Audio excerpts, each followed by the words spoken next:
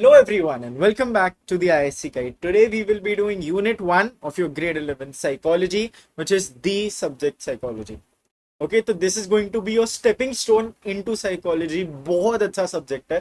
देखो डरो मत, तुम्हें मोटी मोटी बुक्स थोड़े स्कूल्स दे देते हैं बट तुम्हें वो पूरी मोटी बुक्स करने की जरूरत नहीं है. अगर तुम्हारी टीचर्स ने तुम्हें ऑलरेडी नहीं बताया देन siski.org करके एक वेबसाइट है. ठीक है, इसको अभी के अभी जाके देखो siski.org. उसमें देन तुम्हें एक सेक्शन मिलने वाला है कॉल्ड रेगुलेशंस एंड सिलेबसेस. ठीक है, रेगुलेशंस एंड सिलेबस, ये वाले सेक्शन में जाओ. देन जिस साल तुम बोर्ड्स देने वाले हो, अभी के लिए जिस टाइम मैं रिकॉर्ड करो, you will be giving your boards in 2028. उसका तुम जाके सिलेबस खोलो, वहां पे साइकोलॉजी के सिलेबस में जाओ. ठीक है, तो तुम्हें एक प्रॉपर पीडीएफ मिलेगा जिसमें तुम्हें एक्चुअली क्या करना है. आउट ऑफ दैट बुक तुम्हें हर चीज दे के रखी है. ओके, इट इज पॉसिबल कि जो तुम्हें स्पेसिफिक रेफरेंस बुक दी है that does not contain all the information that is suppose to be studied in this syllabus. ठीक है, तो उसी के लिए मैं हूं तुम्हारे पास. I am going to give you everything that you need, everything to enhance your understanding. That is my main point. And ताकि तुम साइकोलॉजी से प्यार करने लगे, क्योंकि it is a very special subject. Okay, जैसे जैसे तुम पढ़ते जाओगे ना तुम उतना अंडरस्टैंड करोगे. ऑलरेडी ना देखो, अगर तुम्हें और ग्रेड 11 की वीडियोस चाहिए, they are already uploaded on the channel. मैं अभी सिर्फ इसके लिए बना रहा हूँ क्योंकि आई हैव रियलाइज कि वो मेरे स्टार्टिंग के वीडियोस थे तो थोड़ा उनका क्वालिटी कम था. राइट, तो now I have started to get a hang of this YouTube stuff. तो I am able to produce better content, I am able to edit it better and I am able to explain it better. तो note same है, content same. If you prefer that explanation वो जाके देख लो. But मैं यहाँ पे वापस पढ़ाने वाला हूँ एकदम अच्छे से, ताकि तुम्हें एक भी चीज अनक्लियर ना रहे. ठीक है, तो सब्जेक्ट साइकोलॉजी से चालू करना है हमें, तो सबसे पहले ये समझना पड़ेगा कि साइकोलॉजी होती क्या. Psychology is the study of mind and behaviour. ये दो बहुत इंपॉर्टेंट कंपोनेंट्स होते हैं साइकोलॉजी के. ठीक है, माइंड क्या होता है. Now there are two things, तुम्हें कंफ्यूज नहीं करना है the mind with the brain. Does the mind equal the brain? Absolutely not. Mind and brain are not the same. Mind and brain में एक बहुत इंपॉर्टेंट डिस्टिंक्शन होता है. जो तुम्हारा ब्रेन रहता है ना, दैट इज बायोलॉजिकल. ठीक है, जब तुम किसी के ब्रेन की बात करिए, you are talking about the neurons and जो भी उनके अंदर जो मसल्स है, टिश्यूज है ना उनके खोपड़े के अंदर, दैट इज योर ब्रेन.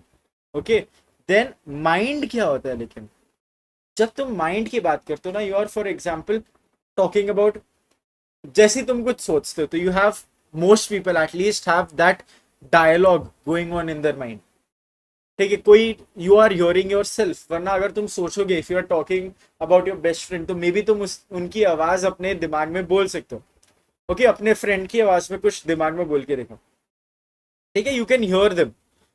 क्या वो एक्चुअली बोल रहे हैं? नहीं, हम स्टिल उनको सुन सकते हैं हमारे दिमाग के अंदर. तो वो चीज होती है the thing that we can not touch, the thing we can not actually biologically see, उसको हम लोग माइंड बोलते हैं. ठीक है, तो यही हमारा साइकोलॉजिकल पार्ट होता है. Okay, this is the abstract part. Psychological, वरना बेटर इसका वर्ड रहेगा the abstract part of our, basically जो हमारे अंदर है उसका जो हमारा एब्स्ट्रैक्ट पार्ट है. Some people refer to this as the soul even. ठीक है, थोड़े लोग कंफ्यूज कर देते हैं कॉन्सेप्ट्स को, बट तुम्हें कंफ्यूज नहीं होना. ओके, ये definition was given by the American psychological association, या फिर in short APA. APA is one of the highest bodies psychology में. ठीक है, जैसे कि तुम्हारा सिस्की है ना, आईएससी के एग्जाम कौन कंडक्ट करता है? सिस्की. उसी तरह यहाँ पे साइकोलॉजी का एपीए होता है. ओके, जैसे क्रिकेट में we have BCCI for India, ICC for the world, वैसे ही यहाँ पे अमेरिका में we have APA. Okay, and तुम्हें थोड़े और बेसिक डेफिनेशन सीखने जरूरी है. ये if you have already done maybe 9th and 10th में बायोलॉजी, तो ये बहुत सिंपल पड़ेगा. Even if you have not, इतना डिफिकल्ट नहीं है, बट ये समझना बहुत इंपॉर्टेंट है. ठीक है, बिहेवियर क्या होता है. whenever you see somebody doing something, अगर तुम देख सकते हो कि वो कुछ कर रहा है, that is their behavior. Okay, mummy चाय पी रही है, पापा काम कर रहे हैं, या फिर मम्मी काम कर रही है, पापा चाय पी रहे, कुछ भी, ये एक्शंस जो तुम्हें दिख रहे हैं, ओके, जो एक्चुअली तुम प्रूव कर सकते हो कि एक्शंस हो रहे हैं, that is known as a behaviour. Okay, even if you are going to school, जो वॉकिंग है दैट इज योर एक्शन, तुम्हारी टीचर पढ़ा रही है दैट इज एन एक्शन। मैं यहाँ पे लिख रहा हूँ subscribe, so that you don't forget, ठीक है, सब्सक्राइब करना मत भूलो। सब्सक्राइब में लिख रहा हूँ, that is also an action, तो ये मेरा बिहेवियर है, ठीक है। Now we come to stimulus. Stimulus क्या होता है एंड रिस्पॉन्स क्या होता है? देखो, वी हैव ऑलवेज नोन कि हमारे अंदर 5 सेंसेस रहते हैं, है ना, वी हैव 5 सेंसेस। तो जैसे तुम टच, देन साइट, देन जो हमारा नेजल वाला रहता है which is olfactory, then we have auditory जो हमारे कान से सुनते हैं हम लोग, ठीक है। ऐसे करके हमारे पास 5 सेंसेस रहते हैं, ओके। तो ये 5 सेंसेस एग्जैक्टली वो लोग डिटेक्ट क्या कर रहे हैं, उसको हम लोग बोलते हैं स्टिमुलस। तो अगर, okay, take your finger and जो भी तुम स्क्रीन पे देख रहे हो, whether it is the phone, laptop, जो भी, ठीक है, सिर्फ स्क्रीन को फील करो। थोड़ा सा स्मूथ रहेगा, ग्लॉसी रहेगा, मे बी इवन, ठीक है। तो उसी को हम लोग बोलते हैं क्या, स्टिमुलस। तो यहाँ पे स्टिमुलस क्या है, the stimulus is your laptop screen वरना फोन स्क्रीन, ओके। जो सेंस हो रहा है ना, that is being done by your senses. ये सेंसेस कैसे काम करते हैं? Basically whenever you touch something ना, तुम्हारे हाथों में, for example if you are touching something, तो योर फिंगर्स हैव न्यूरॉन्स, ठीक है। न्यूरॉन्स क्या होते हैं? दे आर बेसिकली सेल्स, ठीक है। कुछ ऐसे दिखते हैं, तुम्हें दिखा देता हूँ, ये सब नहीं पूछने वाले, but you should know the basics of psychology, ठीक है। बहुत बहुत बेसिक डायग्राम है ये, ओके। कुछ ऐसा सेल दिखता है एंड ये एक दूसरे से इंटरकनेक्टेड रहता है, ओके। तो जो भी तुम चीज को फील कर रहे हो, टच कर रहे हो, तो यहाँ पे क्या रहता है ना, जो बाहर से, ओके, हम लोग इसको थोड़ा आगे जाके नेक्स्ट चैप्टर, नहीं sorry, I think third chapter में अटेंशन एंड परसेप्शन में, जहाँ पे तुम्हें सेंसरी परसेप्शन वगैरह की बातें की गई है, ओके। तो थोड़ा और डिटेल में वहां पढ़ेंगे, बट बेसिकली जो बाहर से वी आर फीलिंग, जैसे यहाँ पे स्क्रीन को फील किया मैंने, ठीक है, तो इसमें से फिर वो एक सिग्नल पास करता है एंड देन वो बहुत सारे न्यूरॉन्स में जाता है। अभी ये सारे न्यूरॉन से वो पास होते होते होते होते तुम्हारे ब्रेन में पहुंचता है। तुम्हारा ब्रेन बोलता है अच्छा चलो हमें ये एक्शन करना चाहिए, ओके। लेट्स से कि तुमने कुछ बहुत गर्म चीज छू ली, ओके, एक आयरन बॉक्स रखा हुआ था चालू, तुमने गलती से उसको टच कर दिया, तो इमीडिएटली हाथ हटाते हो, वो एक बिहेवियर है ना, सबसे पहली चीज। सेकेंड चीज, जो गर्म आयरन बॉक्स था, है ना, वो तुम्हारा स्टिम्युलस हो गया, है ना। स्टिम्युलस बेसिकली क्या कर रहा है, स्टिम्युलेट कर रहा है ना, it is stimulating action.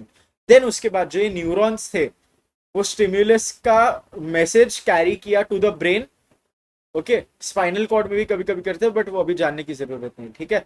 Spinal cord में बेसिकली रिफ्लेक्स एक्शंस के लिए होता है, ताकि स्पाइनल कॉर्ड भी बेसिकली डिसीजंस ले सकता है। तो अगर क्विक सेकंड डिसीजंस लेना है तो स्पाइनल कॉर्ड लेता है। तो in this case actually to remove your hand सिर्फ स्पाइनल कॉर्ड तक जाएगा एंड देन स्पाइनल कॉर्ड तुम्हें एक रिस्पॉन्स भेजेगा तुम्हारे मसल्स को कि हाथ हटा, जल जल वरना जलता रहेगा ना हाथ, तो हाथ हटाने बोलेगा, तो that is called your response. तो स्टिम्युलस के रिस्पॉन्स में basically what you are doing is your response, ठीक है। तो मतलब स्टिम्युलस के बेसिस पे the action you are doing, that is your response, to be correct. अब आते हैं अप्रोचेस ऑफ साइकोलॉजी। देखो, साइकोलॉजी हमने देखा कि it is the study of the mind. अभी तुम पढ़ रहे हो, ठीक है, जो तुम जाके एग्जाम देते हो तो वहां पे क्या कर रहे हो, सॉल्विंग प्रॉब्लम्स। वही चीज प्रॉब्लम सॉल्विंग के ऊपर ही यहाँ अप्रोचेस आते हैं, ठीक है। अभी एक चीज कंसिडर करो कि तुम्हारे स्कूल में एक एग्जाम हुआ एंड एक भी बच्चा पास नहीं हो, ठीक है। ये सोच लो वहां पे 3 लोग खड़े हुए एंड ये चीज को डिस्कस कर रहे कि what are the possible reasons for this specific action happening. तो एक ही एक्शन है, बट यहाँ तीनों लोग अलग अलग चीज बोलेंगे। जो फर्स्ट वाला पर्सन है वो बोलेगा कि शायद हम सब लोग पढ़ के नहीं है, so that is your perspective 1। Then दूसरा बंदा बोलेगा कि टीचर ने ना जानबूझ के पेपर बहुत डिफिकल्ट सेट किया, ये हो गया हमारा पर्सपेक्टिव 2। पर्सपेक्टिव 3 हो जाएगा मे बी कि टीचर ना वो अपने स्पाउस से लड़के आया था या फिर लड़की आई थी, तो इसके लिए वो खराब मूड में आके सबको फेल कर दिया।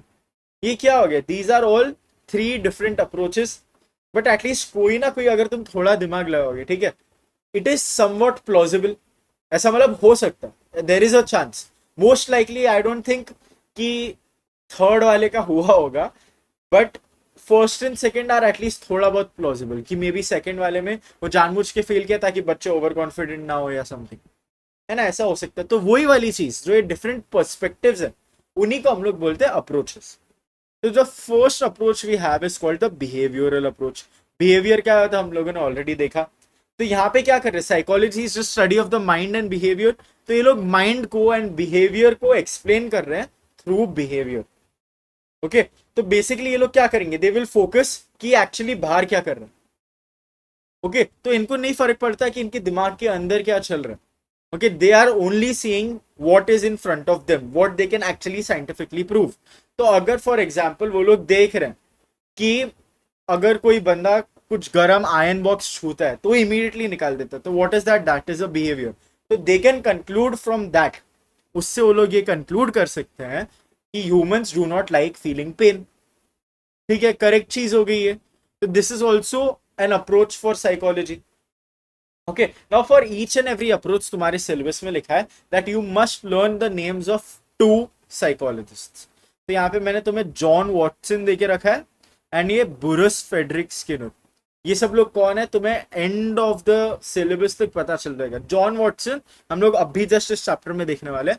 बी.एफ. स्किनर वरना Burrhus Frederic Skinner is a very important person in psychology. ठीक है, ये वाला हम लोग लर्निंग चैप्टर में देखेंगे आगे जाके इसके कितने सारे कॉन्ट्रीब्यूशंस है, बट बेसिकली इसने बहुत इंपॉर्टेंट चीजें की है। If you have ever heard of the word री, क्या वर्ड बोला मैंने अभी, री, ये तुम्हें 11th-12th दोनों में बहुत इंपॉर्टेंट है। ठीक है, री, अगर ये वर्ड कभी भी सुना है तो ये इसी बंदे ने इन्वेंट किया। Okay, then we come to the cognitive approach. अब कॉग्निशन क्या होता है, ओके, इतना कंफ्यूज होने की जरूरत नहीं। कॉग्निशन इज बेसिकली जो तुम्हारे मेमोरी होते हैं, थॉट्स होते हैं, रीजनिंग होती है, ये सब तुम्हारा कॉग्निशन होता है। ठीक है, तो ये जो इसके साइकोलॉजिस्ट रहते हैं that follow this perspective, this approach, तो वो लोग फोकस करेंगे एक पर्सन के मेमोरी के, एक थॉट के, एक रीजनिंग के। ठीक है, तो फॉर एग्जाम्पल तुम ले लो डिप्रेशन। ठीक है, depression I hope you are at least somewhat familiar with, ज्यादा डिटेल हम लोग 12th में देखेंगे। डिप्रेशन में क्या रहता है, basically the person starts feeling hopeless कि अरे मेरे से कुछ नहीं हो सकता, एंड बहुत दुखी रहने रहता है पर्सन। ओके, अभी ये चीज सोचो उनके दिमाग में क्या चलता है उस टाइम पे। They start to feel that they are incapable. ठीक है, and they start to feel that they are good for nothing, good for nothing. तो ये क्या हो गई, दीज आर थॉट्स इनके दिमाग में आ रहे हैं and these are negative thoughts. ठीक है, तो ये जो नेगेटिव थॉट्स है इन्हीं को सॉल्व करने में ये कॉग्निटिव अप्रोच हेल्प करता है। Okay, then we come to the biological approach. Now as we saw at the end of the day जो भी हम लोग चीज करते हैं वो हमारा ब्रेन ही डिसाइड करता है। कि मैंने ऊपर ही तुम्हें समझाया ब्रेन एंड माइंड का डिफरेंस। तो जो भी चीज हम लोग करते हो हमारा ब्रेन डिसाइड करता है। ठीक है, तो जो ब्रेन है हमारा that is a biological thing. तो ये लोग क्या सोचते हैं कि eight the end of the day सारे डिसीजंस ब्रेन ले रहा है। तो अगर ब्रेन के बायोलॉजी में ही कुछ प्रॉब्लम है तो ऐसा हो सकता है कि माइंड में जो साइकोलॉजी है उसमें भी कुछ प्रॉब्लम हो, है ना। तो if you for example see हमारे ब्रेन में ना there are many chemicals. Okay, तो अगर एक केमिकल में ऊपर नीचे कुछ हो गया तो कुछ डिसऑर्डर आ सकता है ना फिर। तो इसके लिए बायोलॉजिकल अप्रोच वाले लोग होते हैं। Then we come to psychodynamic approach, and ये मस्त वाली चीज है एंड आई एम श्योर कि तुम एंजॉय करने वाले हो इसको। Okay, specially when you come to 12th। Sigmund Freud, if you haven't heard इस बंदे का नाम, तुम्हें by the end of 12th इतना अच्छे से याद रहेगा that you won't forget him for your entire life. इतना I'll actually say that the correct word is crazy यहाँ पे। ठीक है, वो एक्चुअली बहुत क्रेजी इंसान था and he revolutionalized psychology as it is. एकदम पूरा हिला के रख दिया उसने पूरी साइकोलॉजी की दुनिया। ओके, इसके बारे में हम लोग और भी पढ़ेंगे इसी चैप्टर में।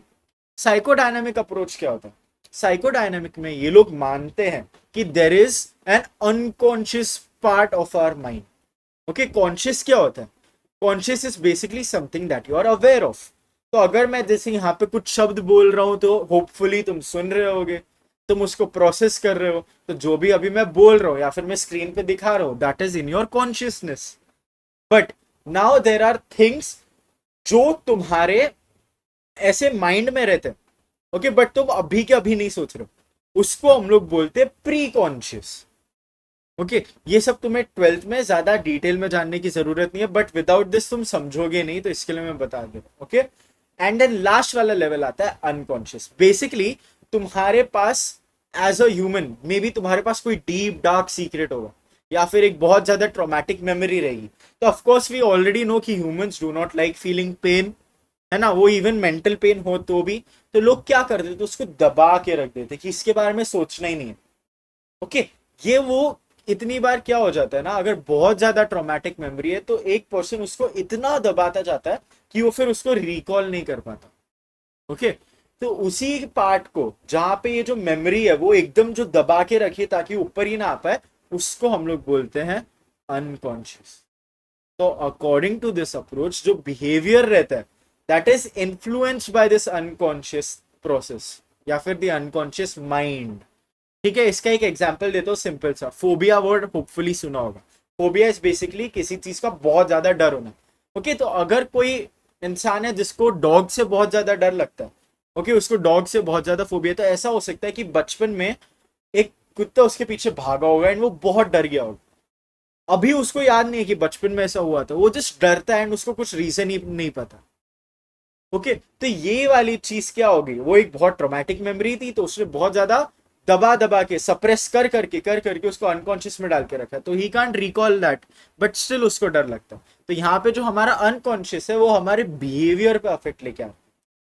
Okay, and the last one we have is social and culture. देखो, वेरी इंपॉर्टेंट थिंग जो प्लीज तुम स्टार्टिंग से याद रखो, यहाँ पे मैं बोल्ड में लिख देता हूं, ह्यूमंस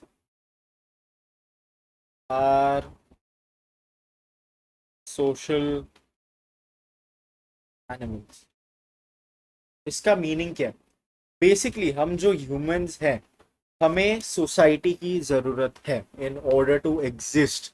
हमारे बायोलॉजी में ही ऐसी है कि we need support from other people, है ना, वरना क्या हो जाता है, अगर कोई इंसान पूरे टाइम आइसोलेटेड रहे, किसी से बात ना करे, तो देर इज अ हाई प्रोबेबिलिटी कि मे बी वो डिप्रेशन में जा सकता है। In fact it is one of the causes of depression. Okay, कि वो इतना ज्यादा दुखी हो जाता है। तो सोशल आइसोलेशन या फिर जस्ट सोशल कांटेक्ट नहीं होना is a very severe thing. Okay, and जो हमारे कल्चरल फैक्टर्स रहते हैं वो भी बहुत ज्यादा अफेक्ट करते हैं हमें। ओके, क्योंकि थोड़े बच्चों को अगर ऐसे बचपन से तुम बता रहे हो, for example you have to follow this particular religion, या फिर you do not have to follow that religion, ये सब क्या, that is a part of the culture. तो if they are biased against one religion and not अगर, और उनको कुछ आइडिया नहीं कि दूसरे रिलीजन में क्या चल रहा है, तो यहाँ पे भी प्रॉब्लम्स क्रिएट होगी। वो लोग सिर्फ सोचेंगे हाँ मेरा रिलीजन सबसे बेस्ट है, एंड वो दूसरे का पॉइंट ऑफ व्यू देखने का सोचेंगे भी नहीं। That is just an example, ठीक है, जस्ट एन एग्जाम्पल। तो यहीं पे ये वाले जो साइकोलॉजिस्ट रहते हैं ऑफ दिस पर्सपेक्टिव, वो लोग सोशल एंड कल्चरल फैक्टर्स पे ज्यादा फोकस करते हैं। Social factors can also include socio economic factors, जैसे पॉवर्टी वगैरह हो गई, अनएजुकेशन हो गया, या फिर अनएम्प्लॉयमेंट हो गया, ठीक है, लो लिटरेसी रेट, ये सब भी आता है उसमें। ठीक है, now we move on to a very important topic known as schools of thought. This is similar to perspective, but schools of thought is something even bigger. Okay, यहाँ पे हम लोग अप्रोच देख रहे थे कि अगर साइकोलॉजी में कुछ प्रॉब्लम है तो ये लोग उसको कैसे अप्रोच करने वाले। ओके, स्कूल्स ऑफ थॉट में वी लर्न कि लोग सोचते कैसे अबाउट अ प्रॉब्लम। ओके, तो अप्रोच करना एंड उसको सॉल्व करने का आइडिया लाना is a very different thing. Okay, तो अगर तुम देखोगे कि एक बच्चा एग्जाम पेपर लिख रहा है, लेट्स से कि तुम इंग्लिश में ऐसे लिख रहे हो, okay, there are many different kind of people जो इसको अलग अलग वे में अप्रोच करेंगे। ठीक है, कि मैं एक काम करता हूं, मैं सारे बाकी के जो भी क्वेश्चन है पहले वो अटेम्प्ट कर लेता हूँ, वरना कर लेती हूँ, एंड लास्ट में ऐसे लिख लूंगी। या फिर ऐसे लोग होंगे जो एकदम स्टार्टिंग में लिखेंगे, या फिर ऐसे लोग होंगे जिनको जैसे इंस्पिरेशन आता है, मन होता है तो ऐसे लिखने लगेंगे। तो दीज आर डिफरेंट अप्रोचेस। अभी स्कूल्स ऑफ थॉट क्या आ जाएगा? Schools of thought would be people who focus on creative thinking, है ना, कि हम लोग स्टोरी राइटिंग करेंगे, नरेटिव राइटिंग करेंगे, वगैरह वगैरह। ओके तो these people are creating things, so that is their thought process. वहीं पे अगर तुम लोगे if somebody is more structured, या फिर उसको एक प्रॉपर ऐसे लिखना है जिसमें वो अलग अलग पॉइंट्स प्रूफ कर रहा है, तो may be that person rights argumentative. Okay ये वाली चीज हम लोग यहाँ पे अप्लाई करेंगे. तो the first school of thought we have is called structuralism. इसमें सबसे इंपॉर्टेंट वर्ड इज स्ट्रक्चर. तो ये लोग this was actually the first study of psychology ever done. Okay सबसे अर्ली व्यू है क्योंकि इसको क्रिएट किया था विलियम वुंट ने. ओके एंड इसने सबसे पहली साइकोलॉजिकल लैबोरेटरी बनाई थी दुनिया में. ठीक है तुम्हें ये डेट याद रखने की जरूरत नहीं है, सिर्फ याद रखो इसका नाम, क्योंकि यही फाउंडर है स्ट्रक्चरलिज्म का. बेसिकली ये लोग क्या कर रहे थे, they were trying to find the structure of the mind. कि जो हमारा माइंड है, we already know distinction between mind and brain है ना. तो जो हमारा माइंड है वो भी शायद अलग अलग चीजों से बना हो. ठीक है तो वो पढ़ने के लिए कि माइंड में क्या स्ट्रक्चर्स रहते हैं, है ना. जैसे मैंने तुम्हें क्या समझाया, एक वाला व्यू मैंने तुम्हें समझाया जिसमें we have the conscious, then we have the pre conscious,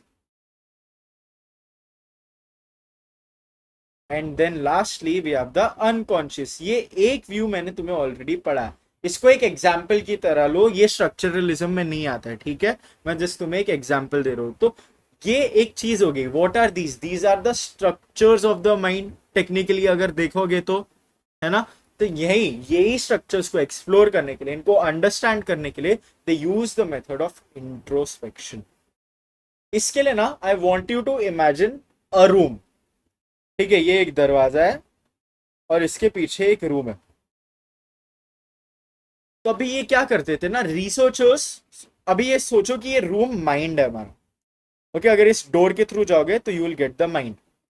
तो यहाँ पे रहेगा हमारा एक रिसर्चर. ठीक है मस्त पीएचडी वीएचडी करके बैठा है. And then we have a second person. यहाँ पे मैं सेकंड पर्सन बना दे रहा हूँ. ठीक है ये है हमारा सब्जेक्ट जिसपे हम लोग एक्सपेरिमेंट करने वाले. तो यहाँ पे जो ये रिसर्चर है, ठीक है वो इसको अलग अलग सिचुएशंस देगा. ओके तो वो बेसिकली ये वाला बंदा क्या कर रहा है, ये रूम के अंदर जाएगा which is his own mind, and then फिर वो रूम के बाहर आएगा और फिर बताएगा कि उसने अंदर क्या देखा. उसी को बोलते हैं इंट्रोस्पेक्शन. बेसिकली अपने माइंड के अंदर जा रहा है. Okay in a very specific scenario, and then वो बता रहा है कि उसके माइंड में क्या चल रहा है, क्या थॉट प्रोसेस है वगैरह वगैरह. ओके तो introspection is a method in which trained individuals, ऐसा ही कोई ऐरा गहरा उठ के नहीं कर सकता. Okay to think and actually process कि तुम्हारे माइंड में क्या चल रहा है, and to be able to describe it into words. उसको ढंग से एक्सप्लेन भी तो करना आना चाहिए ना. तो ट्रेन करते हैं उनको इस चीज के बारे में, to report in detail their conscious experiences. है ना कॉन्शियस मैंने ऑलरेडी तुम्हें समझाया what they are aware of. their conscious experiences in response to specific stimuli that are presented to them under carefully controlled conditions. तो अगर मैं तुम्हें एक कोई चीज दे दूं तो उसका तुम्हारे दिमाग में क्या रिस्पॉन्स आ रहा है मुझे वो बताओ. कि अगर फॉर एग्जाम्पल तुम्हें मैंने इंस्टा ऐसे डूम स्क्रॉल करने के लिए दे दिया, तो what do you feel in your brain, मुझे वो बताओ. What do you feel in your mind.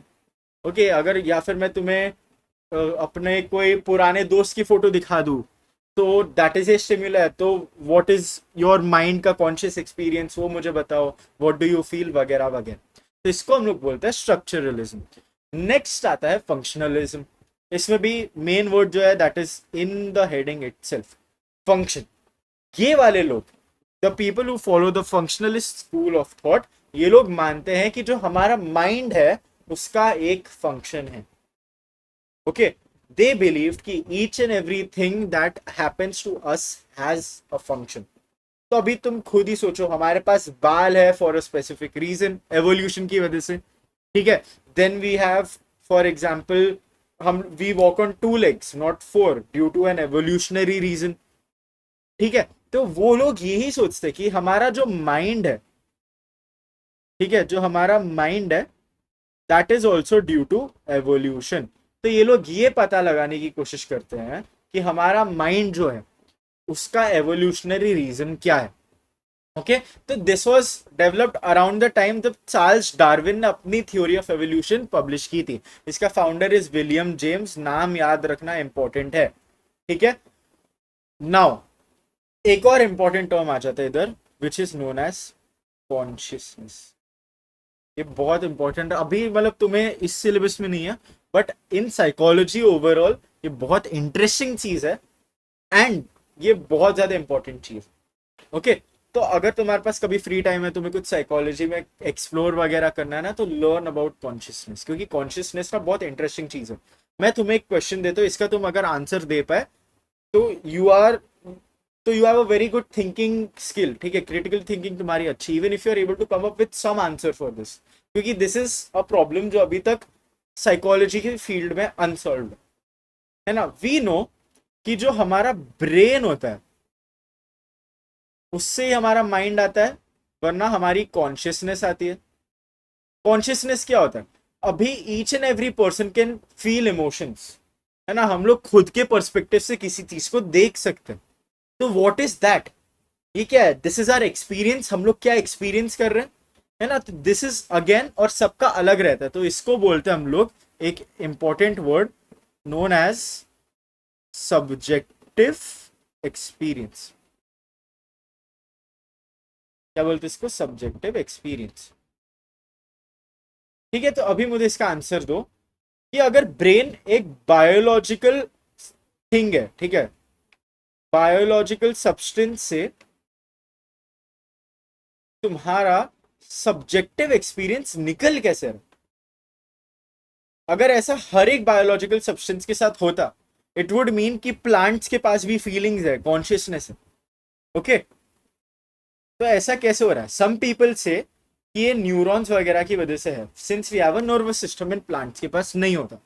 Okay, but our mind also has the internal dialogue, है ना, द इनर मोनोलॉग, जो हम लोग खुद से बात कर पाते हैं, है ना। जैसे मैंने तुम्हें स्टार्ट में बताया था that you are able to hear your friend in your mind even though तुमसे बात नहीं कर रहा या कर रही, है ना। तो वो सब चीजें हमारे दिमाग में कैसे चल रही है? Even animals have nervous systems, but उनके पास ये सब नहीं है। ऐसा क्यों? नाउ सम पीपल से कि ये सोल की वजह से, सम पीपल से कि भगवान की वजह से, बट यहाँ पे हम लोग साइंटिफिक एक्सप्लेनेशन की बात करें। ओके, तो ये सारे आइडियाज ना, this all now comes under evolutionary psychology.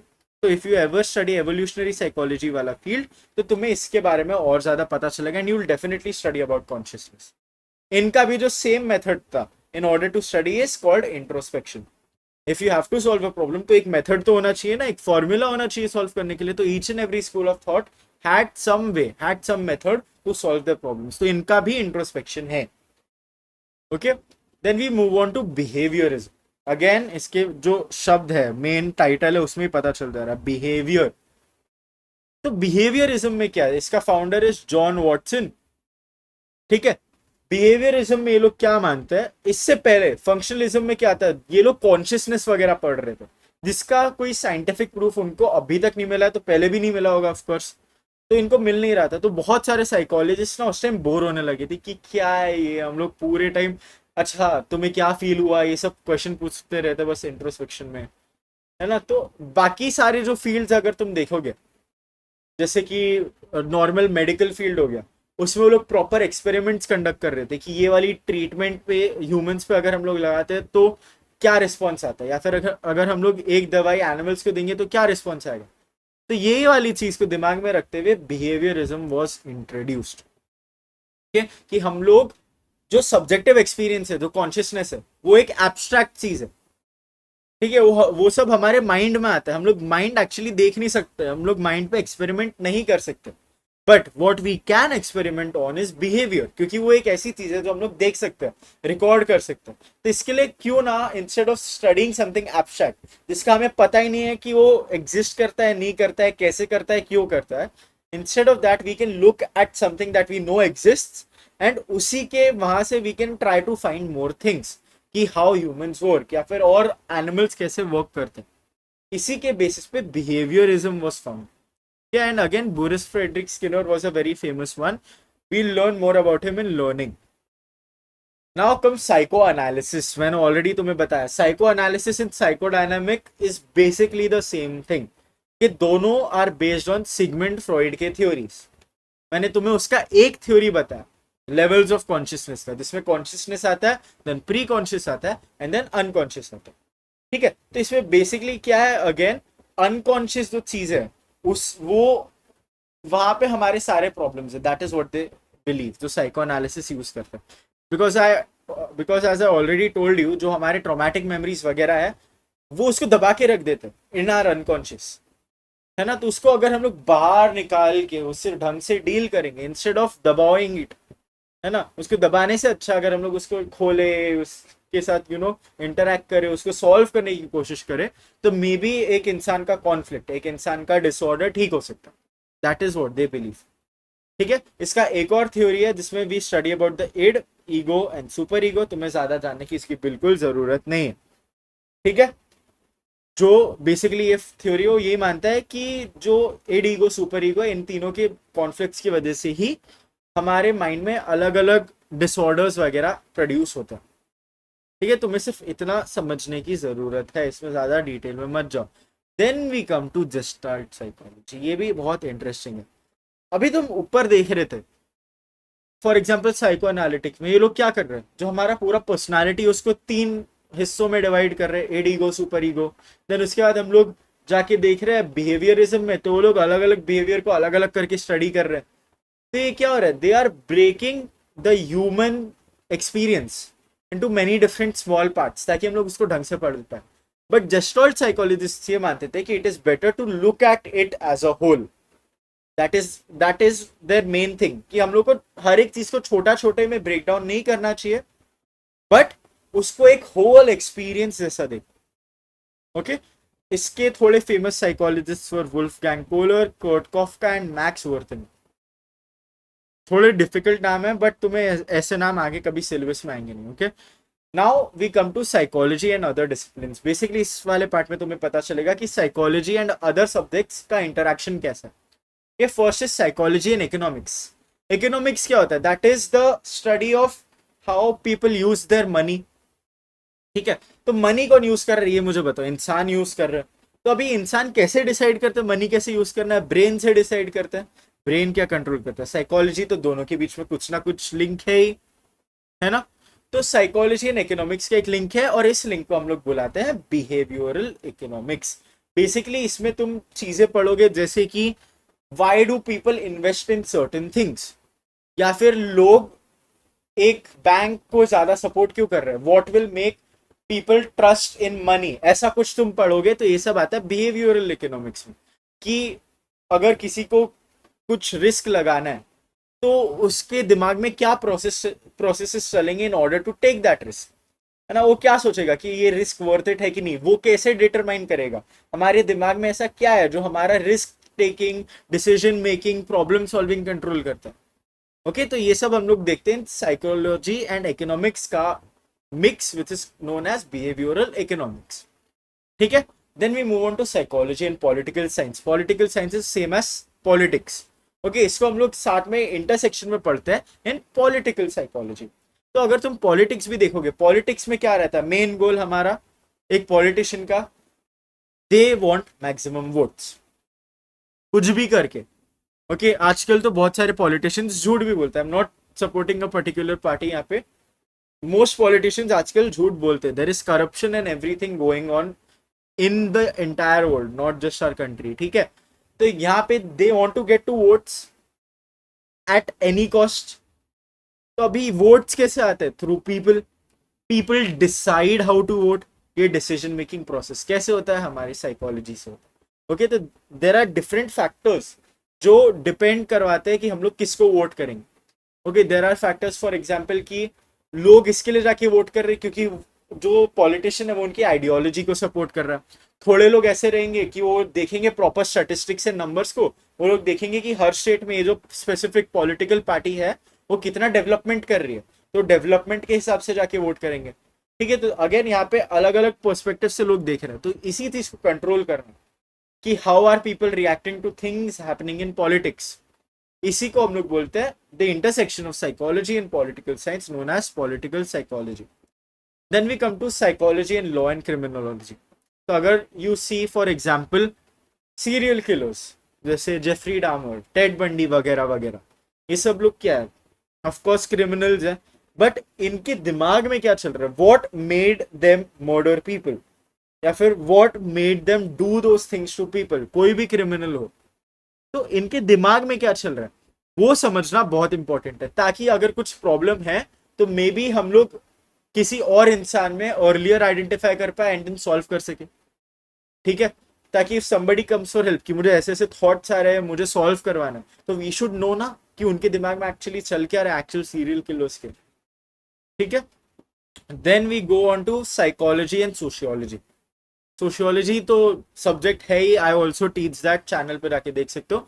Sociology is basically the study of society. तो यहाँ पे इसको हम लोग बोलते हैं सोशल साइकोलॉजी। तो how are people interacting with each other, social relationships and psychology का क्या इंटरैक्शन रहता है वही हम लोग पढ़ते हैं, है ना। तो अगर फॉर एग्जाम्पल तुम देखोगे कि अगर तुम्हारे दोस्त के साथ कुछ झगड़ा वगड़ा हो गया, है ना, या फिर लेट्स से कि तुम्हारा ब्रेकअप हो गया, तो ये सब क्या, दीज आर थिंग्स जो तुम्हारे इमोशनल स्टेट्स बहुत ज्यादा फ्लक्चुएट करवाएगा। ठीक है, you will be affected by it. तो ये भी तुम्हारे साइकोलॉजी का पार्ट है, सिंस इमोशन साइकोलॉजी का पार्ट है। ठीक है, then we come to psychology and computer science. This is an upcoming field. अगर तुम देखोगे, if you go on to a website एंड तुम्हें लगता है क्या स्मूथ चल रही है वेबसाइट, वाओ, या फिर तुम सोचते हो कि एवरीथिंग इज सो इंटुइशनल, कि मैं सोचता हूँ वैसा होगा वैसा ही हो जाता है। ठीक है, प्ले बटन देखते हो, प्ले दबा तो चल गया, ये क्या हो गया, एक computer which is a non living thing, okay, which is being operated by nobody. Okay, कोई ऑपरेट नहीं कर रहा बैठ के, ये किसी ने पहले से बना के रखा है बस। ओके, नेटफ्लिक्स वगैरह किसी ने पहले से कोड वोड करके रखा है, बट दे नो कि जो यूजर्स है उनको क्या चाहिए, उनको कैसी चीज चाहिए। ओके, इसी को हम लोग बोलते हैं साइकोलॉजी एंड कंप्यूटर साइंस के बीच में जो आता है, which is known as human computer interaction. Even अगर तुम एआई देखोगे, एआई को भी आजकल पर्सनालिटीज वो लोग देने का ट्राई कर रहे हैं। ठीक है, तो उसमें भी साइकोलॉजी चाहिए। I would also recommend that you download the striver app. ठीक है, that is A study tracker app made by the ISC guide. एकदम फ्री ऐप है, available on iOS and app store. बहुत सारे फीचर्स है उसके, study trekking है, and सबसे main it is made specifically for Indian students, जो हमें इतने सारे भर भर के एग्जाम्स आते हैं ना, CUET, नीट वगैरह वगैरह, उसके साथ हमें बोर्ड्स का भी पढ़ना रहता है। थोड़े लोग फॉरेन जा रहे तो उनको SAT, IELTS, APs, पता नहीं क्या क्या देना पड़ता है। तो ये सबको अच्छे से ऑर्गेनाइज वे में ट्रैक करना, उसके एनालिटिक्स सब देखना, उसी चीज को हम लोग बोलते हैं स्ट्राइवर। ठीक है, तो जाके देखो, एवरीथिंग इज फ्री। ऐसा नहीं है कि analytics pages behind a paywall और एनीथिंग, सब फ्री है, विजेट्स वगैरह सब फ्री है। ठीक है, तो go and check it out. Then we come to psychology and mass media. Mass media क्या होता है, जर्नलिज्म, न्यूज़पेपर्स वगैरह वगैरह।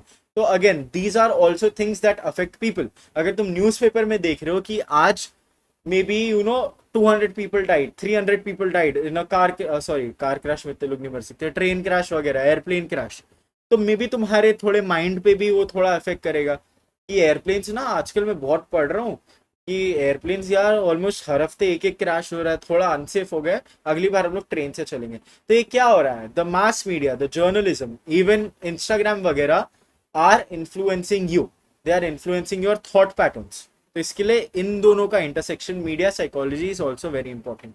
Then we come to psychology and music and fine arts. If you watch a movie, maybe तुम कोई horror movie देख रहे हो, तुम्हें डर लग रहा है, you watching a romantic movie, तो maybe you are feeling feelings of love, happiness, या फिर अगर कोई ट्रेजेडी है तो यू आर फीलिंग सैड।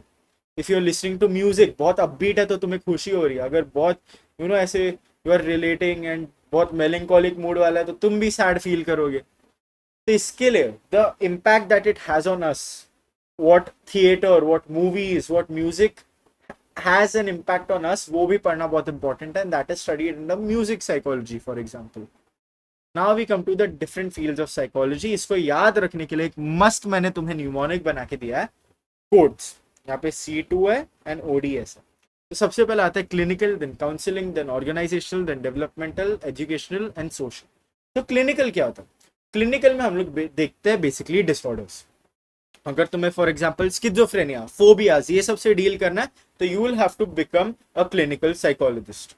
ठीक है, अगर तुम्हें कोई भी डिसऑर्डर बेसिकली ट्रीट करना है, देन आता है counselling. And people get confuse between the two, क्योंकि CC से चालू होता है, ये एकदम डिफरेंट चीज है। लेकिन यहाँ पे जो छोटे मोटे प्रॉब्लम्स हो जाते हैं ना लोगों की जिंदगी में, कि अरे मेरा ब्रेकअप हो गया, या फिर my husband is not paying attention to me, my wife is not paying attention to me, मेरे दोस्तों ने मेरे से बात करना छोड़ दिया, ये सब in some people's life are actual problems. मैं डिसमिस नहीं कर रहा हूँ, बट जो एक्चुअल साइकोलॉजिकल डिसऑर्डर्स है उससे एक ऑफकोर्स स्टेप डाउन है, ठीक है। तो इनको हम लोग काउंसलिंग साइकोलॉजिस्ट बुलाते हैं। तो ये लोग क्या है चीजों में हेल्प करते हैं, रिलेशनशिप काउंसलिंग जैसी चीजें हुई। Even if you for example तुम्हें पता नहीं है कि तुम्हें आगे जाके जिंदगी में करना क्या है, तो there are things called guidance counsellors and guidance agencies जो तुम्हें हेल्प करती है इन ऑर्डर टू डिसाइड कि तुम्हें क्या करना चाहिए आगे। Then we come to developmental psychology.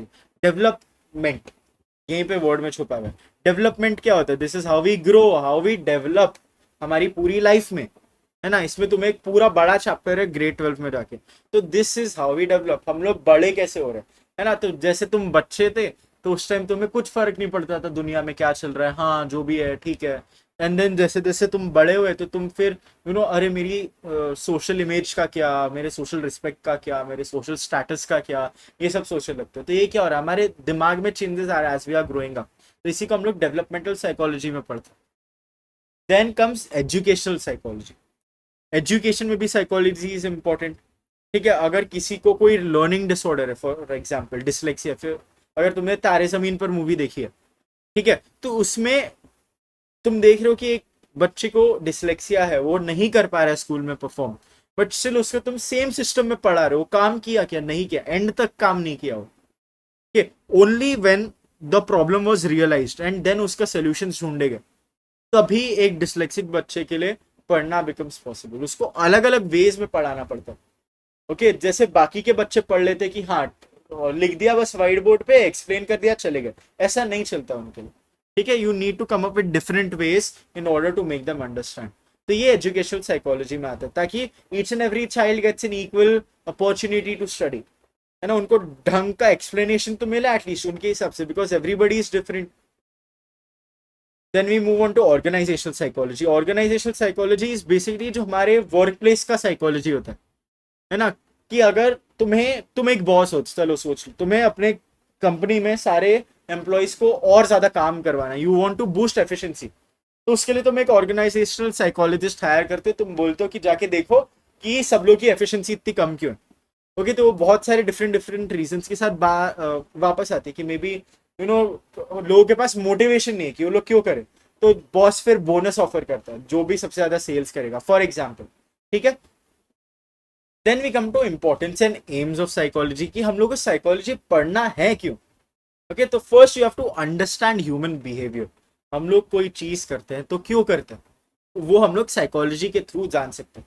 Unless हम लोग को ये पता है तो ह्यूमंस बिकम वेरी अनप्रेडिक्टेबल, है ना। अगर ह्यूमंस बिकम अनप्रेडिक्टेबल तो हमारा जो पूरा वर्ल्ड है वो कोलैप्स हो जाएगा। फॉर एग्जाम्पल तुम देखो बैंकिंग सिस्टम। बैंकिंग सिस्टम किस मेजर प्रिंसिपल पे काम करता है कि जितने भी लोग हैं बैंक में अकाउंट होल्डर्स, वो सब एक साथ पैसा नहीं निकालेंगे, तभी वो लोग लोन वगैरह दे पाते हैं, ठीक है। तो अगर तुम ये वाली चीज ध्यान रखोगे, if human behaviour was unpredictable, कि कभी भी कोई भी आके अपना पैसा उठा के लेके जा रहा है without any decision making process, without कुछ सोचे समझे, तो ये इतना रैंडमनेस के चक्कर में बैंक्स कभी एग्जिस्ट ही नहीं कर पाते। Then mental health and wellbeing, जो अगर डिसऑर्डर्स है इनको सॉल्व करना आना चाहिए। वेलबींग में अगर कोई नॉर्मल प्रॉब्लम्स भी है उसको भी खुद के अंदर रख के सफर करने से बेटर है that you talk to somebody and you solve it, है ना। Then enhancing education and learning, जैसे मैंने समझाया, if a child has dyslexia वरना डिस्ग्राफिया वरना और कोई लर्निंग डिसेबिलिटी, तो उसके हिसाब से हम लोग को देना पड़ेगा कि वो समझे। Even if you have somebody जो बहुत ज्यादा हाई आईक्यू वाला, ओके, उसको जैसे नॉर्मल टीचर पढ़ा रही उसको बहुत ज्यादा अनइंटरेस्टिंग लग रहा है, ओके, तो पढ़ना छोड़ दिया, ऐसा भी नहीं करना है, तो उसको भी स्पेशल अटेंशन देना है हम लोग को, okay. Then we come to more importance in aims, workplace productivity and leadership. जैसे हम लोगों ने ऑर्गेनाइजेशनल साइकोलॉजी में देखा कि अगर तुम किसी को इंसेंटिव दे रहे हो, बोनस दे रहे हो, तो लोग ज्यादा परफॉर्म करने की कोशिश करेंगे। Then personal development and self awareness, लोग जाके सेल्फ हेल्प बुक्स वगैरह पढ़ते हैं ना, दे ट्राई टू अंडरस्टैंड कि उनके दिमाग में क्या चल रहा है, ताकि they are able to solve जो भी उनके अंदर का कॉन्फ्लिक्ट है। तो पर्सनल डेवलपमेंट में भी हेल्प करता है। Then social change and problem solving, जैसे हम लोगों ने देखा कि there is the social and cultural approach of psychology, जिसमें हम लोगों ने देखा था कि poverty and discrimination can also cause many problems, है ना। तो उसी के हिसाब से हम लोग देख रहे हैं, क्योंकि क्या हो जाता है ना, अगर तुम सोचो कि if there is a child from economically weaker section, ठीक है, इतना ज्यादा पैसा नहीं घर पे, एंड उसको एक बहुत बड़े स्कूल में भेज देते ऑन अ स्कॉलरशिप, ठीक है, बहुत बड़े स्कूल में भेज देते क्योंकि वो बहुत ज्यादा स्मार्ट है, तो उसको स्कॉलरशिप मिलती है, बहुत बड़े स्कूल में हो जाता है, वहां पे यूनिफॉर्म नहीं है तो वो अपने थोड़े पुराने से कपड़े पहन के आता है, जबकि बाकी सब एकदम हीरो वाले कपड़े पहन के आ रहे हैं, मनीष मल्होत्रा के ड्रेसेस गाउन्स वगैरह पहन के आ रहे हैं। ओके, तो ये क्या हो जाएगा, उसके दिमाग में एक जो उसका सेल्फ एस्टीम होता है, कॉन्फिडेंस होता है, वो गिरने लगेगा, वो देखने लगेगा कि यार ये लोग कौन से लेवल पे है, मेरा क्या लेवल है, मेरा क्या स्टेटस है, एंड इससे अलग अलग डिसऑर्डर्स आ सकते हैं, मे बी वो डिप्रेशन में चला जाता है, उसका मोटिवेशन गिर जाता है, तो वो पढ़ नहीं पा रहा है ना, तो social change and problem solving में भी हेल्प करता है। Now we come to a very important part called heredity and environment. ये क्या होता है, देखो अगर बायोलॉजी पढ़ा हुआ है तुमने ग्रेड 10 में, ये सबसे इजी पार्ट है ये चैप्टर का, अगर तुमने नहीं पढ़ा है तो थोड़ा सा ध्यान देना, ठीक है। Heredity and environment, heredity is the transmission of genes from parents to offsprings, है ना, तो जो भी तुम्हारे पेरेंट्स में डीएनए रहता है that is passed on to you. अभी ये पास ऑन कैसे होता है, तुम्हारे न्यूक्लियस में ना, अगर एक न्यूक्लियस लेते हैं, इसके अंदर ओके तो एक सेल लो, सॉरी न्यूक्लियस नहीं, एक सेल लिया, इसके अंदर एक न्यूक्लियस रहता है, ठीक है, न्यूक्लियस इज बेसिकली तुम्हारे सेल का दिमाग है, ऐसा सोच लो। ओके, इसके अंदर तुम्हारे पास डीएनए रहता है, DNA is arranged in an x format, ऐसे वे में वो रहता है, ठीक है। जो ये एक्स फॉर्मेट वाली चीज रहती है ना, इसी को हम लोग बुलाते हैं एक क्रोमोसोम। क्या बोलते हैं हम लोग इसको, एक क्रोमोसोम। तो इसमें जो डीएनए रहता है ना, वो बहुत ऐसे कॉइल्ड स्ट्रक्चर में प्रेजेंट रहता है, तो इसको तुम कुछ ऐसे सोच लो, ठीक है, बहुत ज्यादा कॉइल्ड है डीएनए तुम्हारा, एंड ये एक साथ प्रेजेंट, ठीक है। Now understand what is dominant gene and recessive gene. Let's say I colour, ठीक है, जो तुम्हारी मम्मी है, मम्मी का आई कलर इज ब्लू, पापा का आई कलर, ये देखो मम्मी लिख दिया मैंने, पापा का आई कलर इज ब्राउन, तुम्हारा आई कलर इज ऑल्सो ब्राउन, ठीक है, पी नहीं आएगा यहाँ पे, यू वाई आएगा ना, because it is U, Y का eye colour is also brown. तो ये क्या हो रहा है, ब्लू क्यों नहीं हुआ, मुझे ये समझो। यहाँ पे आ जाती है बात of dominant gene and recessive gene. तो आई कलर का ना एक जीन रहता है, जीन क्या होता है, this is basically what determines कि तुम्हारा एक स्पेसिफिक चीज क्या होगी। ओके, जो तुम्हारा डीएनए रहता है ना, उसमें अलग अलग फैक्टर्स रहते हैं, ओके, अलग अलग कैरेक्टरिस्टिक सोच लो। तो ये जो डीएनए है तुम्हारा, उस पर सोच लो कि एक सेक्शन है जो डिसाइड करता है, ओके ये डीएनए है, इसके ऊपर ये सेक्शन है, ये डिसाइड करता है आई कलर क्या होगा। इसमें क्या हो सकता है, मम्मी का ब्लू आके बैठा इधर, ओके ब्लू आके बैठा एक साइड पे, पापा का ब्राउन आके बैठा, but but brown was a dominant gene and blue was a recessive gene. तो अगर ब्राउन प्रेजेंट है ना कभी भी, तो हमेशा ब्राउन दिखेगा बच्चे का आई कलर। अगर दोनों ब्लू होते देन ब्लू दिखता, बट यहाँ पे एक ही ब्लू है एक ब्राउन है, तो हमेशा ब्राउन दिखेगा। तो बेसिकली यहाँ पे क्या हो रहा है, एक जीन जो खुद को एक्सप्रेस कर पा रहा है, ओके एक्सप्रेस कैसे कर रहा है, जैसे आई कलर हुआ तो आई कलर का जीन खुद को एक्सप्रेस कर रहा है in the form of I colour, brown colour दिख रहा है ना, तो वो होता है एक डोमिनेंट जीन, जहां पे एक दूसरा जीन प्रेजेंट है, इस केस में ब्लू वाला जीन प्रेजेंट है, बट वो खुद को तब भी एक्सप्रेस कर पा रहा है। रिसेसिव जीन होता है जो अगर कोई डोमिनेंट जीन प्रेजेंट है तो खुद को एक्सप्रेस नहीं कर पाता, ठीक है। देन आता है environment, environment is everything around, सिर्फ और सिर्फ तुम्हारा प्रैक्टिकल सराउंडिंग्स नहीं, जो एक्चुअल सराउंडिंग्स है वो नहीं, अगर तुम अपने रूम में तो तुम्हारा बेड पिल्लो ये सब नहीं, इट ऑल्सो इंक्लूड्स कि तुम किस कंट्री में रह रहे हो, तो तुम्हारा वेदर, एंड देन उसके साथ may be even your cultural background, अगर पैंडेमिक चल रहा है तो पैंडेमिक, ऐसी कोई चीजें भी सब इंक्लूडेड रहती हैं, तो that is your environment. Okay, अब ये देखो ये देखो, ये अच्छा एग्जाम्पल है, मैंने जो तुम्हें सेम चीज बताई ना, ये एक क्रोमोसोम है जैसे मैंने तुम्हें डिस्क्राइब किया, यहाँ पे ब्लू कलर है, यहाँ पे ब्राउन कलर है, जो बच्चा आएगा उनका भी कलर रहेगा ब्राउन, ठीक है। अब तुम्हें थोड़े लॉज याद करने पड़ेंगे, ओके। ये मेंडल के लॉज है, ग्रेगोर मेंडल करके एक पर्सन था जिसने डीएनए के ऊपर बहुत ज्यादा रिसर्च किया था, और उसने ये 3 लॉज दिए थे। तो लॉ ऑफ डोमिनेंस हम लोगों ने ऑलरेडी देख लिया, ओके। अगर कॉन्ट्रास्टिंग कैरेक्टर्स प्रेजेंट है, जैसे मैंने बताया ब्लू और ब्राउन साथ में प्रेजेंट है, सिर्फ एक एक्सप्रेस कर पाएगा खुद को, ब्राउन ने एक्सप्रेस किया था उस केस में, और दूसरा वाला सप्रेस रहेगा। तो हम लोगों ने लॉ ऑफ डोमिनेंस ऑलरेडी देख लिया। ये ऐसी चीज है तुम्हें वर्ड टू वर्ड याद करनी है, ठीक है। This is a law, law हमेशा वर्ड टू वर्ड याद करना है।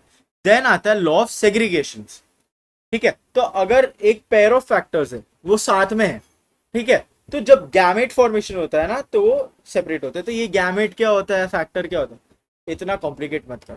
ओके, गैमेट इज बेसिकली जब तुम सिर्फ इतना समझो कि बच्चे के फॉर्मेशन के टाइम, तुम्हें ज्यादा बायोलॉजी में जाने की बिल्कुल जरूरत नहीं, ठीक है। सिर्फ इतना समझो कि अगर बच्चे का फॉर्मेशन हो रहा है तो उस टाइम जो फैक्टर्स रहते हैं साथ में वो स्प्लिट होता है। ओके, मैं इसका पूरा डीएनए केस में नहीं रहूंगा क्योंकि डीएनए अनरावल होता है वगैरह वगैरह, वो सब मैं नहीं जाके समझाने वाला। Basically a pair of factors present together, जब बच्चा फॉर्म होता है तब सेपरेट हो जाता है।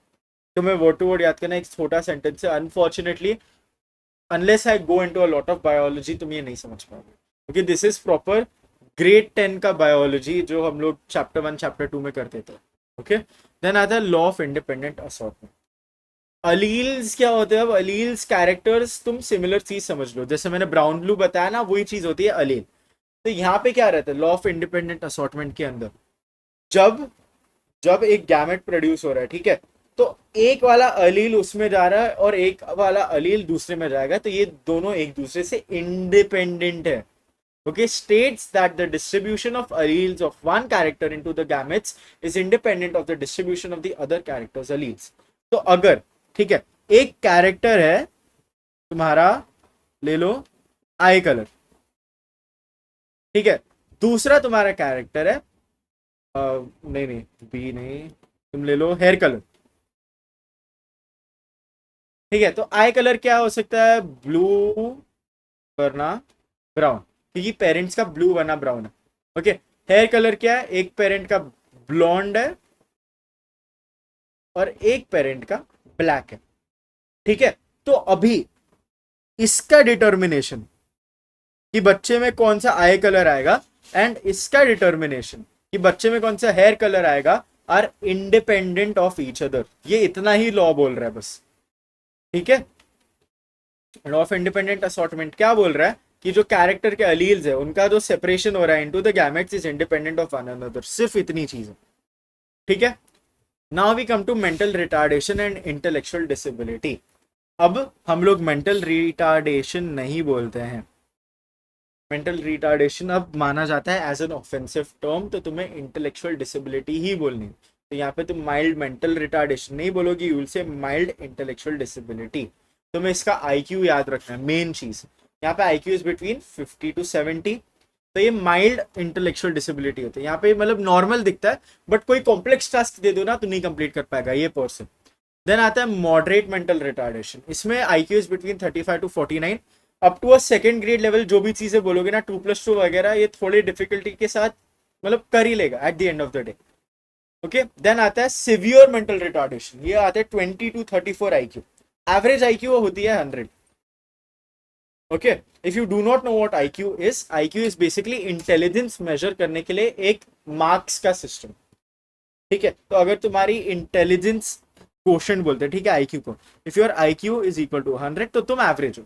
If your IQ is equal to 140 तो तुम अबव एवरेज हो। 140 तो जीनियस लेवल में आ जाता है।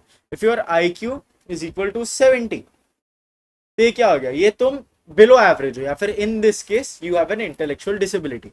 The last one we have is called profound intellectual disability. This is IQ less than 20. Okay, यहाँ पे इनका ना प्रॉपर मोटर स्किल्स ये सब भी नहीं रहता, एंड ऑफन ये चीज देखी जाती है in person with proper psychological वरना बायोलॉजिकल डिसऑर्डर्स। ओके, नॉर्मल खुद से एग्जिस्ट करना है थोड़ा रेयर है, ये चीज is normally associated with disorders. अब हम लोग को एक लास्ट चीज देखनी है which is called Huntington's disease. ये क्या है? डिसीज है बायोलॉजिकल डिसीज,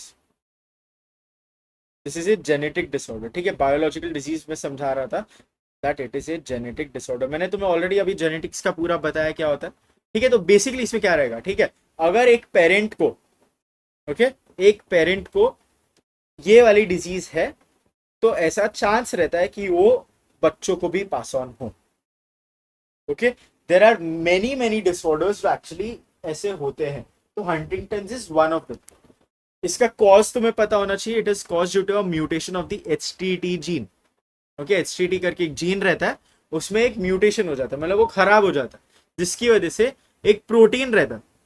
ओके, वापस बायोलॉजी में नहीं जाऊंगा, बट बेसिकली जो तुम्हारे सेल्स रहते हैं ना, they require proteins to work. जो भी तुम्हारे सेल के अंदर कम्युनिकेशन होता है ना, वो कितनी बार प्रोटीन के थ्रू होता है। तो ये हंटिंगटन प्रोटीन करके एक चीज होती है, इसका जो प्रोडक्शन रहता है वो इंक्रीज हो जाता है, जिसकी वजह से तुम्हारे ब्रेन के न्यूरॉन्स डीजनरेट करने लगते हैं। Okay, if you have ever seen the show house MD, तो उसमें एक कैरेक्टर के पास ये डिजीज रहता है। ओके, देन जो इंडिविजुअल्स रहते हैं उनका सिम्टम्स दिखने लगते हैं between the ages of 30 to 50, but early भी चालू हो सकता है। इसका मेन सिम्टम क्या है? कोरिया। कोरिया क्या रहता है? वो लोग अपने दिमाग को कुछ नहीं बोल रहे, बट उनका दिमाग रैंडम मूवमेंट्स कर रहा है। ओके, इमेजिन करो एक पर्सन है, सिर्फ बैठा हुआ है वो। ओके, तो वो एक उसी स्टेट में रहेगा, अ नॉर्मल पर्सन, बट जिसको हंटिंगटन्स डिजीज है, उसका random arm movement, leg movement, head movement, and वो पूरे टाइम हिलता रहेगा। ओके, एंड वो इनवॉलेंटरी, वो चाहता है कि मैं नहीं करूं, मैं नहीं करूं, मैं नहीं करूं, बट वो होएगा।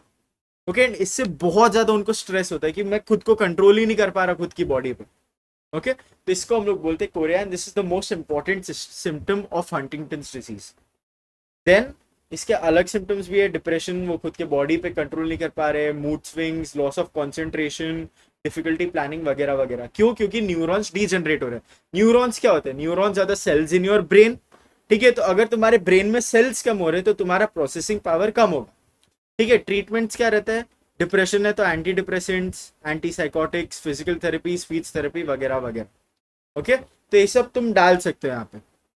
तुम्हें इसमें मेन चीजें याद रखनी है, that is the cause, the symptoms and the treatment. Okay, and ये याद रखो कि it is a genetic disorder. ये मेन चीजें हैं।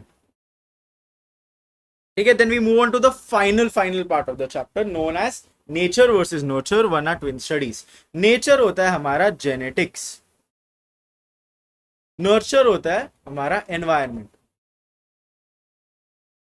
तुम्हें सिर्फ इतना समझना, ये लोग क्या डिटरमाइन करने की कोशिश कर रहे हैं? जो तुम्हारी पर्सनालिटी है, ठीक है, पर्सनालिटी है ना तुम्हारे पास, पर्सनालिटी जेनेटिक्स से ज्यादा इन्फ्लुएंस होती है या फिर एनवायरमेंट से ज्यादा इन्फ्लुएंस होती है?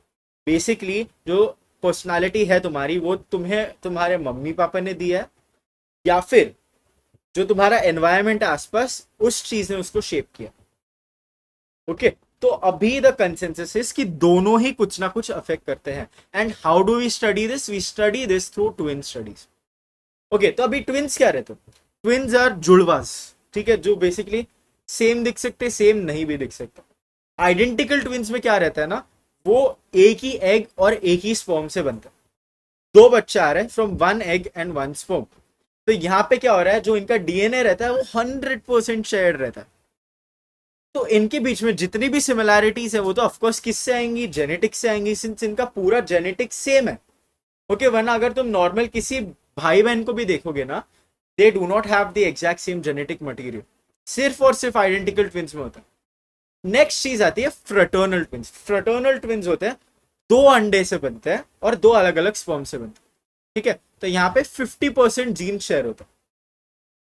तुम्हें सिर्फ इतना याद रखना है, दो टाइप के ट्विंस होते हैं, या तो आइडेंटिकल जो सेम अंडे से आ रहे हैं, फ्रेटर्नल ट्विंस आते हैं फ्रॉम डिफरेंट अंडास।